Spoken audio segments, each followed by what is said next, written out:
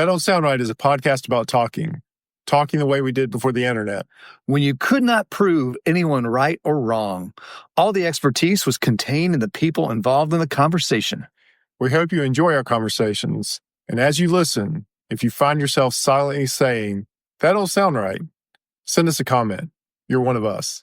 To pay for your pharmacist is you got to sell a lot of candy bars. You got to sell a lot of stuff out front. And makeup.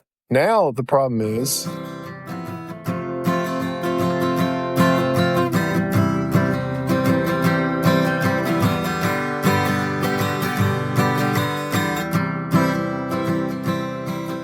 Welcome back to another episode of That Don't Sound Right, a podcast about talking. We're your co-host. I'm Peter Billman. I'm Cecil Davis.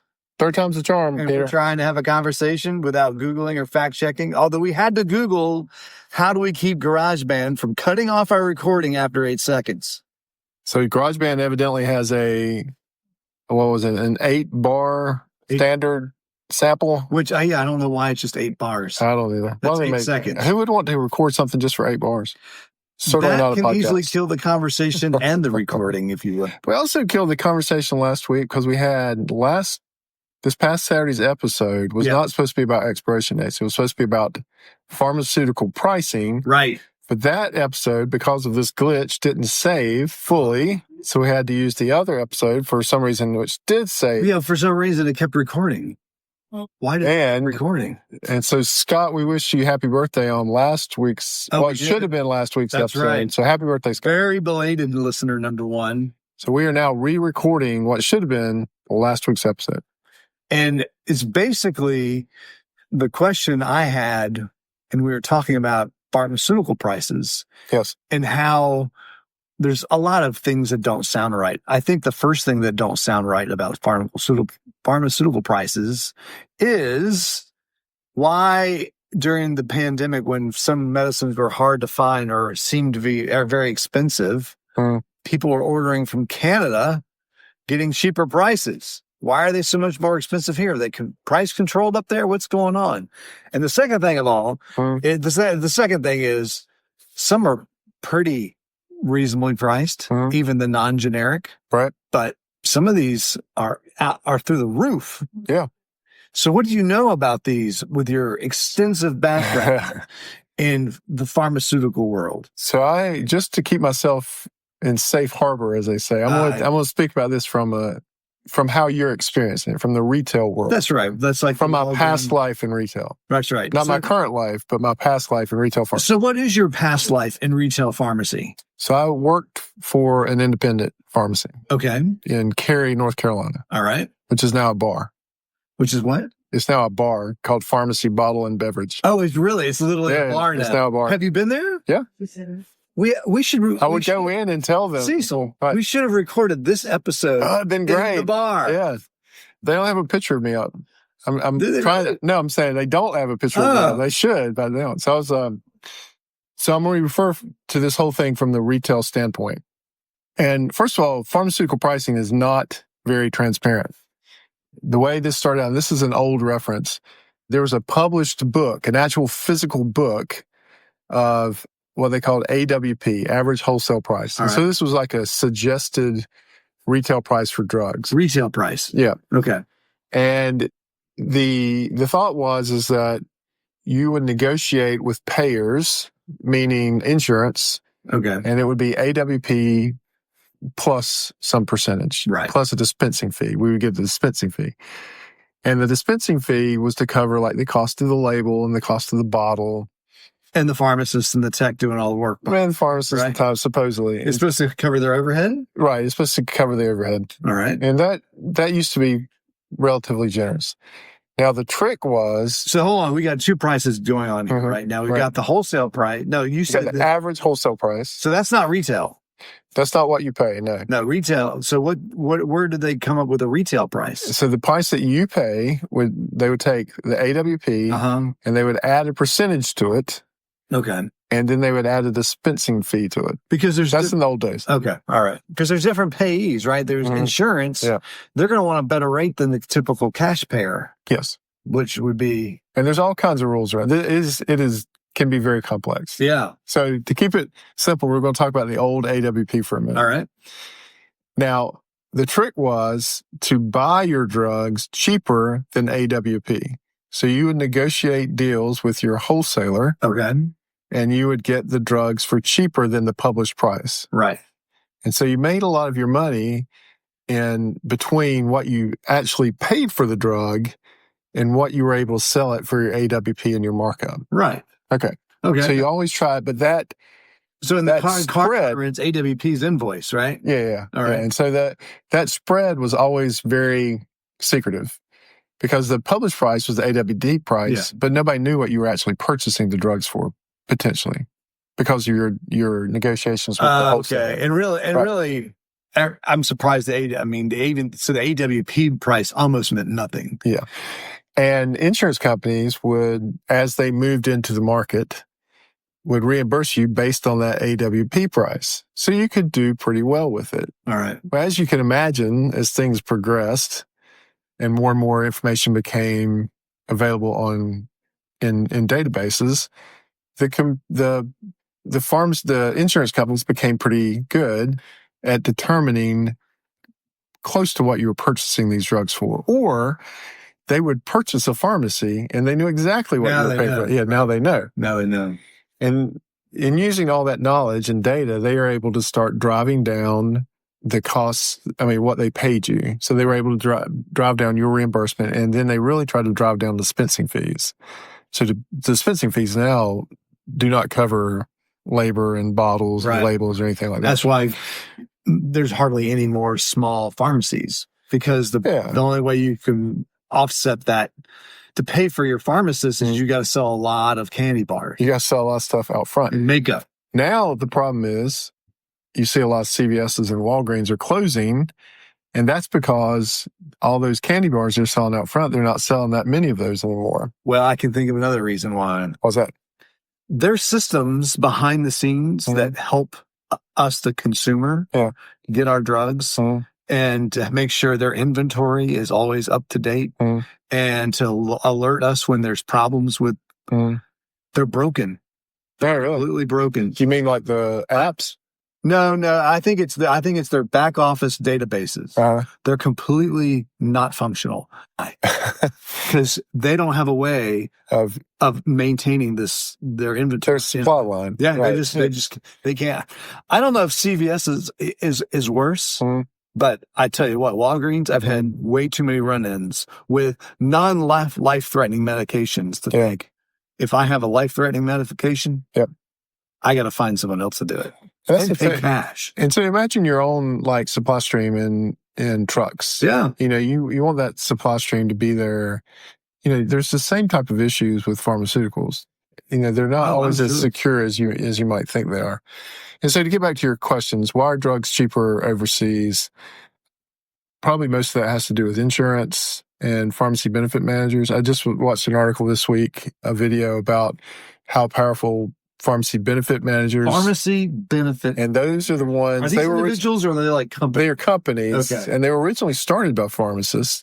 So PBMs have changed over time. So they're there to manage the pharmacy benefit, but they've really set themselves up as a middleman now.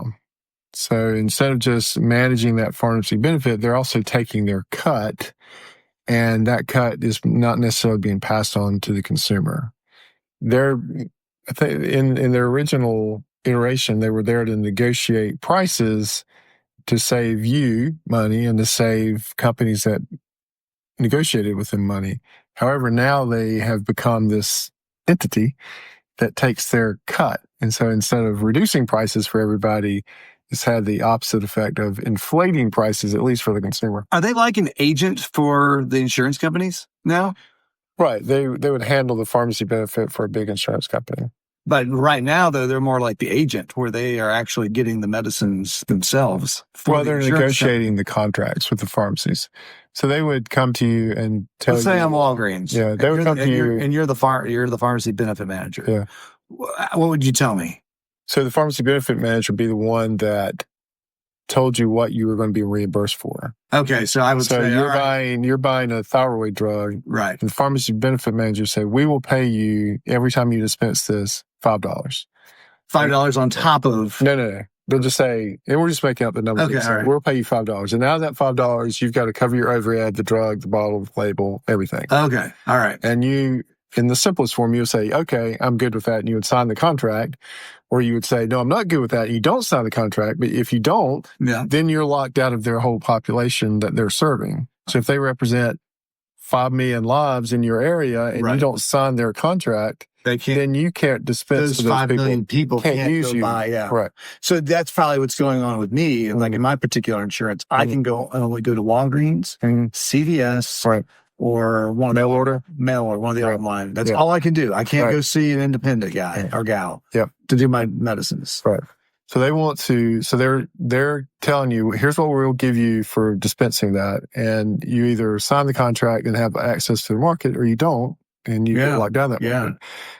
So we have been arguing in pharmacy. We've been arguing about this for decades about how some of this is unfair and it's not very transparent. Yeah. Pharmacy, the profession itself, is to blame for kind of getting ourselves into this. Or, we're partially to blame on the retail side. On the retail side. And you're seeing the effect, Bobby. You're seeing, these pharmacies have a lot of trouble now. CVS and Walgreens are having trouble even making money off of their prescription business. Yeah. And you would think they would be able to.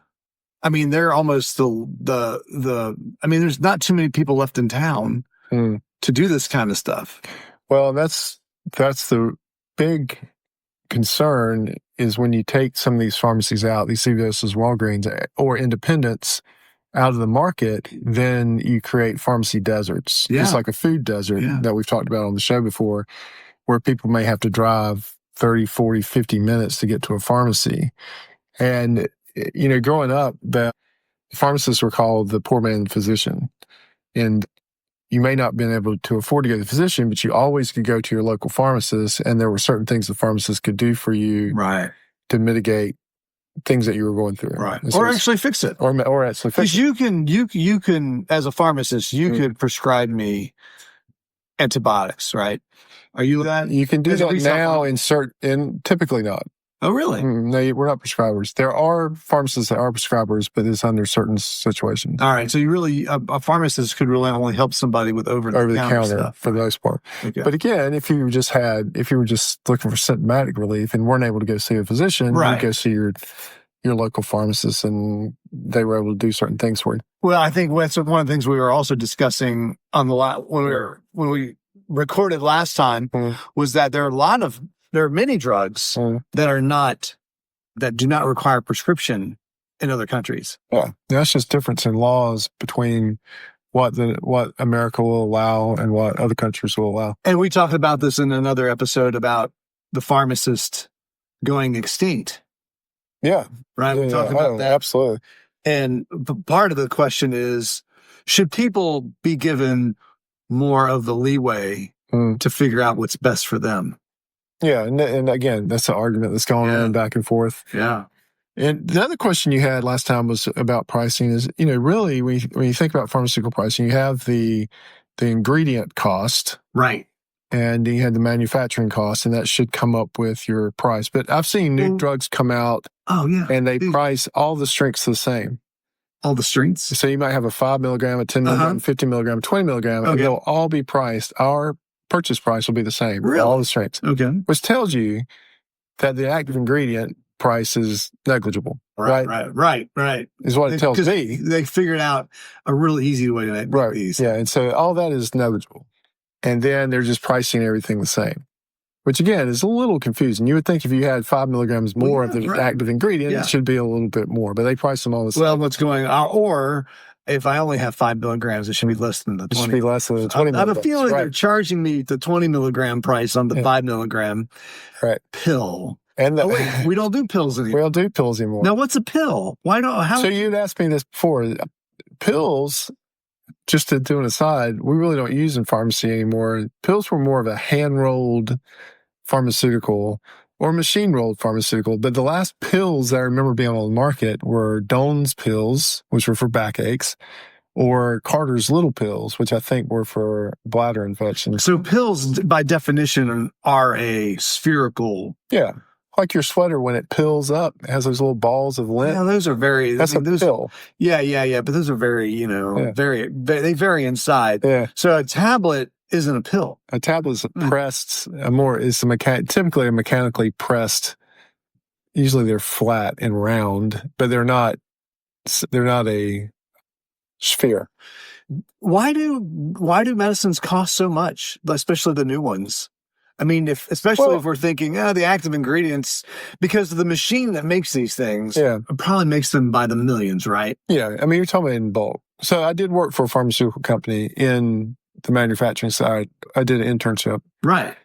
And it's just like the process you use when you're making a truck. It's very industrial. It's pharmaceutical grade, but very industrial. I envision like maybe this couple big crystals that people are knocking pieces off, and then you pulverize into a powder, and you mix it in into a kind of a slurry soup, and then you put it into a mold and you bake it or you let it dry, and then out comes a pill. Right. Or you put it into a tablet or a capsule. Yeah, right. Yeah, so you got the active ingredient, you got the inactive ingredients, you have excipients and binders and all these things that they pour in there and to make the tablet. Yeah. And then after you make it and it comes out, you test it to make sure all the tablets are... How do you test it? You take a sample and make sure they all have the same... You do like a chemical analysis on it? Or do you have some people take absolutely. And you do employees. So the part that I worked in, we would test the dissolution of it. We would test how it would break apart over time, or how the tablet would break apart, make sure it was always consistent. So you take a sample of that powder and make sure it was breaking apart properly. And you have all these little specialized testing equipment to make sure it's breaking apart. Interesting. But when you patent a drug, and this is the way people always thought about it, is you have, I think, a 14-year patent. You patent it as soon as you discover the agent. Basically the molecule. Right, the molecule. And the molecule is very complicated, right? It's a lot of atoms all strewn together, and they figured out how to how to make all these atoms stick together in a particular... Right, to make a drug molecule. So you patent it when you discover it, but it may be 7 years by the time you get through all the testing to get it to market, and then you've only got 7 years left on the patent. And so the standard thinking is that you've got to make up all your R&D during that 7 years, and that's why you jack the price up. Wouldn't it be worth holding off filing the patent for a little while? Well, you're always... somebody else could discover it, because usually, somebody else could discover it. But, at least you buy yourself a couple extra years. Yeah, I mean, you could. I mean, sure it's a game. All right, again. Everything's a game, right? Not everything's a game. But these sort of things are games where you're trying to make sure you don't somebody doesn't get the jump on you. Right. So if two companies are going after the same entity, then somebody else could be... Well, I mean, and that happens sometimes. A company will come out with a very similar drug. Right. They're called Me Too drugs. Yeah. And how do they do that? And they've really cracked down on like that. Where people are coming out with slightly different molecules that pretty much do the same thing. And so they've tried to crack down. And so they want you to come out with something that's more novel now. Sure. So you don't have... Because there was one time where we had just all these ACE inhibitors, all the statins. There was all the NSAIDs came out at one time, because there was a NSAID called ANSAID, ANSA, and it just stood for another non-steroidal. Okay. That was the name of the drug. No kidding. ANSAID, yeah. Oh, wow. So they've tried to cut down on some of the Me Too drugs. Okay. Yeah. But all this is to say, pricing of pharmaceuticals is very complicated. It is not very transparent. And it's gotten even more complicated now that pharmacy benefit managers are involved. Insurance companies have bought pharmacies. Yeah. Insurance companies are involved in all kinds of aspects of this.